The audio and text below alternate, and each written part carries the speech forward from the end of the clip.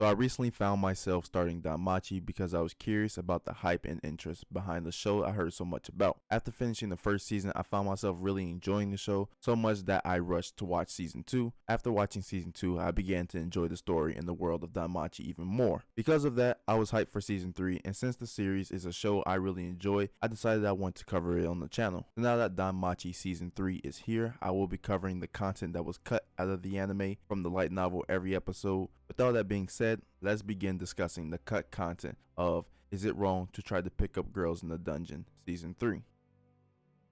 Season 3, Episode 1, Wings, Dragon's Daughter. The season directly starts after Volume 8 and covers Volume 9. Within Volume 9, the episode adapts the prologue and Chapters 1 and 2.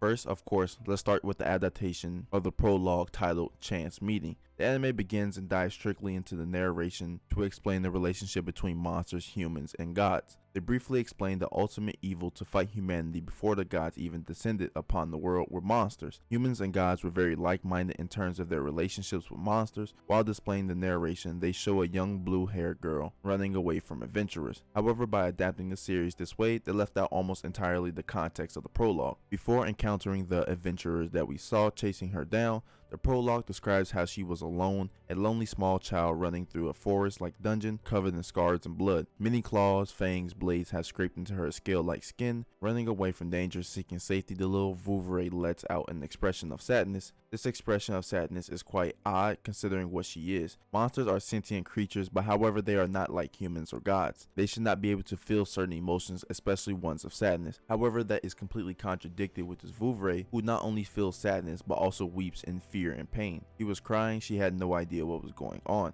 After describing her emotions, the story tells the tale of how she got to this point of being chased by adventurers. Breaks into her backstory saying she had memories of her recent birth, where she was recently delivered from the dungeon walls. Breaking free from the dungeon walls, she had no sense of where she was or who she was. She could not even tell her right from her left. While she wandered the dungeon in a confused state, she came across another creature. There, she asked, "Where am I?" Taking the obvious route of responding, the monster let out a ferocious roar and slashed the little girl with his sharp claws. She began running away, bleeding profusely from the open wound. Rushing to get away, she ran into a group of creatures that were completely different species than what she last encountered. They were humans equipped with weaponry like swords and bows. Trying again, she hid her claws to not startle them and asked the group of humans for help. However, the humans did not care for the sincere gesture and attacked the girl, opening yet another wound. As she fled, the humans fired their arrows. Some hit and deflected off her scales, while others were able to pierce through.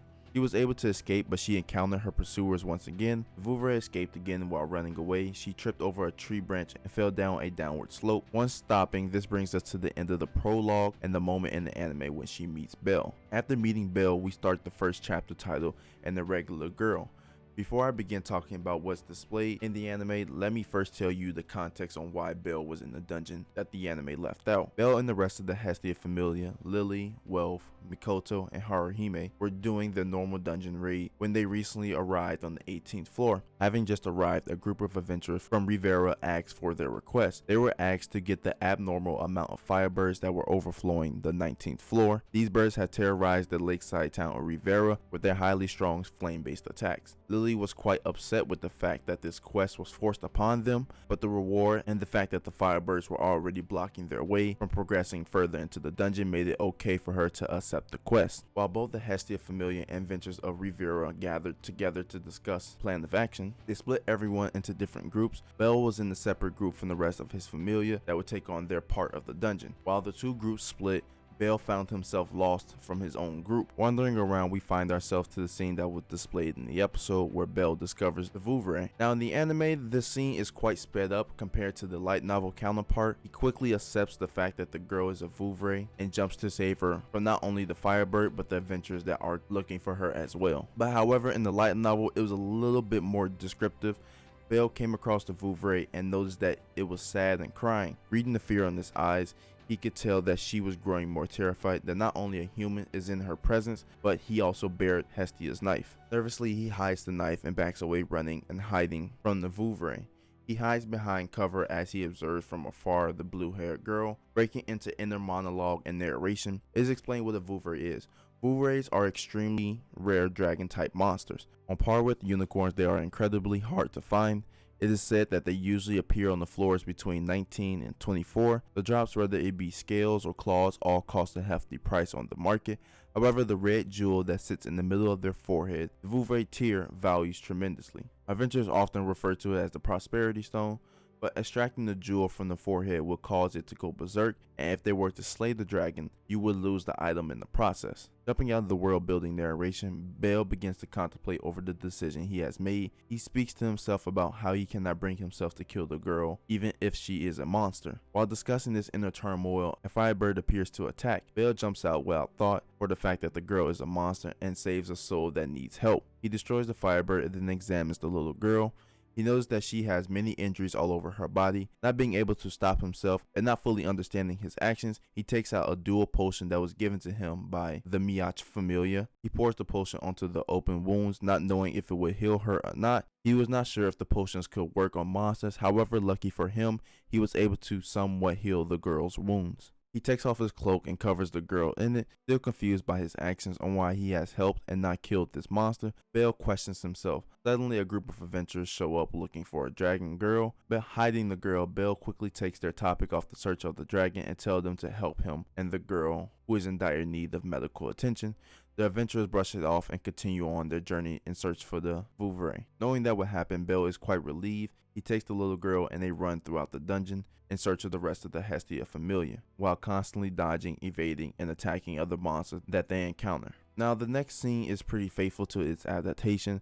The only noticeable piece of dialogue that I want to highlight that was left out was a piece of world building humor, I would like to say. After discovering that the girl was a monster, Lily says to Bale, "Did Mr. Bale bring her along because she has a pretty face?" With Bale responding, "No, it's not like that." Then another person within the party, who I believe is Mikoto, to say this, Lily can't be blamed for thinking this is a monster fetish. After the word monster fetish, it breaks into a quick world building narration to explain what a monster fetish is. Monster fetish describes those who have an abnormal sexual attraction to anthropomorphic monsters. I just thought this was a funny bit of information that was left out. As for the rest of the scene, everything was pretty faithful in this adaptation. However, what was not adapted was the escape of the dungeon. Since the Hestia familiar have decided to take the dragon girl home, they understand that the best time to leave the dungeon was during the dead of night. This way there was far less adventurers. They wait for nightfall and see if the coast is clear.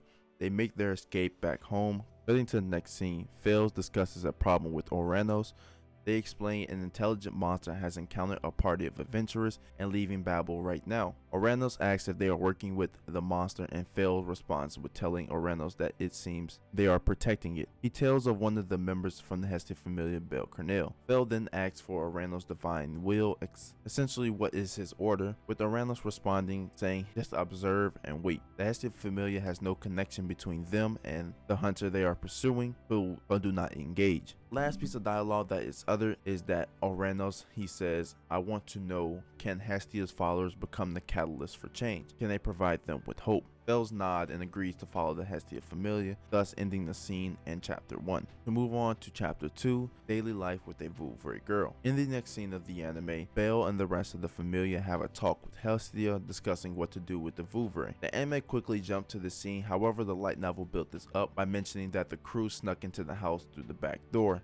Then upon entering, Hestia questions why they used the back door. Then that brings us to this scene that is shown in the episode. Hestia is taken back by not only the fact that Bale has brought a monster, but a monster that can talk. After a few moans and groans, Hestia takes in the realization of the situation and allows for the dragon to stay in the mansion. Hestia then asks for the girl's name, who was unable to respond to this question. Since the girl does not have a name, Hestia told Bale to name her since he is the one who found her and the one she is clinging to. Now the differences of the scene does not vary much, however there are small discrepancies. One being the name of the girl. In the anime, Bale's initial name of Virginie, meanwhile in the novel her name was Willicene. The name was too long and apparently pretentious, so Hestia shortened it to Ween, which makes more sense from the origin of the name in the novel than the anime. Ween accepts her new name with joy, while Hestia talks to the rest of the familiar, telling each of them to find out some information around Ween and talking monsters, making sure not to tell or ask anyone who cannot be trusted. Hestia talks to Hephaestus, which dialogue was skipped in the anime, but in the novel they carry a conversation talking about talking monsters. The scene after this with Makoto is pretty much a one-to-one adaptation. Same goes for Whelp, But however, a piece of information that really can't be put into the anime was the narration of Welt's enhanced ability. It is said that because of Welt's leveling up, his hearing has gotten a lot better, and because of that, he is able to hear large distances and pick up voices that lower adventurers would not be able to hear. Now the next few scenes are tossed around a bit with a cutout scene as well. Before Hestia, Welf, Lily, and Mikoto set out on their journeys to find information, a small scene was cut out after Hestia dispelled the meeting. Since Ween was so attached to Bell, he would not let him go, so when it became bedtime, Bell was forced to sleep at the same position on the couch with Ween closely attached to his arm. Hestia brought the two a blanket, then she found herself sleeping in that same room. This goes for Welf, Lily, Mikoto, and Haruhime as well. Wolf, Lily, and Mikoto slept in the same room as Wine, but they all kept their weapons within arm's reach. They still have yet to trust Wine. Now the next two scenes are flip-flopped. Lily adventure happens before we get a look at Haruhime, Ween, and Bell, and are not split into two different scenes. Lily's scene was not changed too much from its counterpart. The only thing left out during this part was Mado was revealed to be a part of Hermes' familia. And while Mado tailed Lily, Lily pulled out a stink bomb to get rid and run from Mado, hiding her scent in the process. So in the novel we actually see this scene, whereas in the anime we just see her pull out a bomb. As for the scene between Bell, Wine, and Haruhime, with just a bunch of minor character interaction and narrative dialogue that was cut out, it was a faithful adaptation as well. However, the content that was cut showed how much Haruhime has grown from the previous day. The day they found Ween, Haruhime was unsure on how to feel about Ween since she was a monster. However, because of her painful past, she understood the pain that Ween has been and might go through right now. Therefore, the next day, she tries her best to get closer to Ween and become friends with her, but that proves easier said than done because Ween is still very much attached to only Bell. As they are having a wonderful day showing Ween the sun for the first time, Ween gets filled with joy and hugs Bell. However, she makes a crucial mistake and slashes Bell's arms, causing blood to drip everywhere.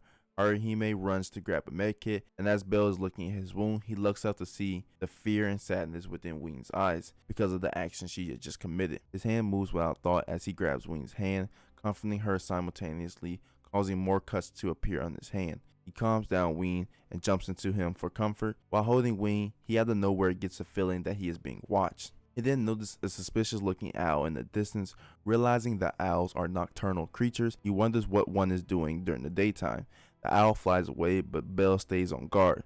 The world returns to nightfall and everyone comes home from their own personal adventures. Hestia comes up short with her look for information and saying goes for Wealth, Mikoto, and Lily. The clock reaches time for dinner as the entire Hestia familia begins to eat their food. Here you see not only Ween, who has gotten more comfortable with the Hestia familia, but Hestia, Haruhime, and Mikoto as well. Wealth is still quite unsure about her, but unlike Lily, he does not have his guard up all the time around her. A minor scene that was cut out of the anime was the fact that Lily smelled the scent of Ween and Hestia proposed they all take a bath together. The bath scene went as planned with this adaptation. The only differing part was the amount of detail that went into Lily's analysis of the other girl's boobs. It was more detailed and went down the sizes of each of the members, Hestia, Haruhime, and Mikoto.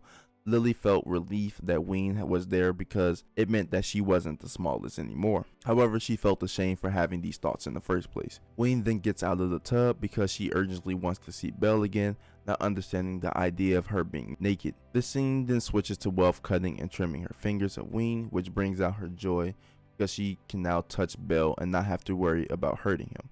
Lily makes a remark about Ween, causing Ween to respond with a response that she was not expecting. Everyone then begins to expel their love for Belle, and Lily, not wanting to feel like the odd person out, she says she loves Belle as well. Bedtime then approaches and everyone prepares to go to bed. The conversation between the pairs were fairly accurate enough to capture the essence of their conversations. Small bits and pieces of dialogue to build up the conversation were cut, but the meaning behind each conversation still remained. Haruhime and Mikoto discuss their thoughts on Ween as Haruhime details how she has grown more empathetic towards Ween because she sees herself in her, while Mikoto is not fully sure how to feel, but she knows she wants everyone, even Ween, to be happy. As for Lily, she plays the role as the rational person in the group. She doesn't want everyone getting too attached to Ween because she believes that viewing the world with those raw emotions will blind them from potential danger. As for the Belle, Hestia, and Ween bed scene, as I said, it is cut short, and the small little part I wish they would have added in was how Hestia told Ween to address Belle and herself as Mama and Papa, causing Belle to become very flustered.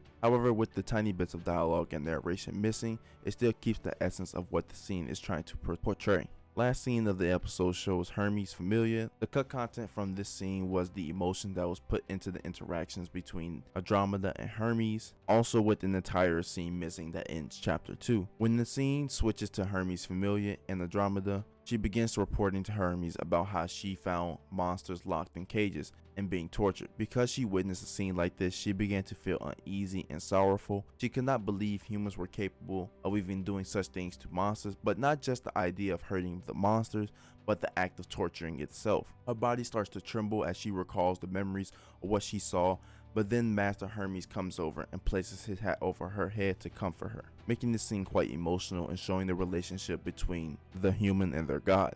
Lastly, the scene that was cut out was after the showcase of the Hermes Familia. We switched to a man named Dix. With his group of adventurers, they discuss the rumors of talking Vouivre and how they can get their hands on it. He then tortures a Vouivre for his own enjoyment. Then towards the end of the scene, Aikilos appears and reveals himself. Then the chapter ends, and that is all for the content that was cut within Danmachi episode 1. It was a very good episode with a sort of fateful adaptation, but I hope you all have enjoyed the video. Thank you all for watching. Like, comment, and subscribe. Follow me on Twitter, link is in the description, and I'll see you again for episode 2 of Danmachi.